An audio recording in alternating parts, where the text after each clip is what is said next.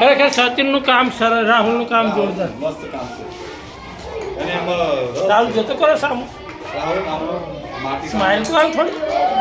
Smile. હા. માનવ માનવ શું દોરી રહ્યો છે? હા, શું? ગણપતિ દાદા. અને તમે શું બનાવ્યું? ડોગર માટે ચાય. સીડી બનાવી દો ભાઈ. ના બાબા ચાલો સીડી બનાવી દો. મોટી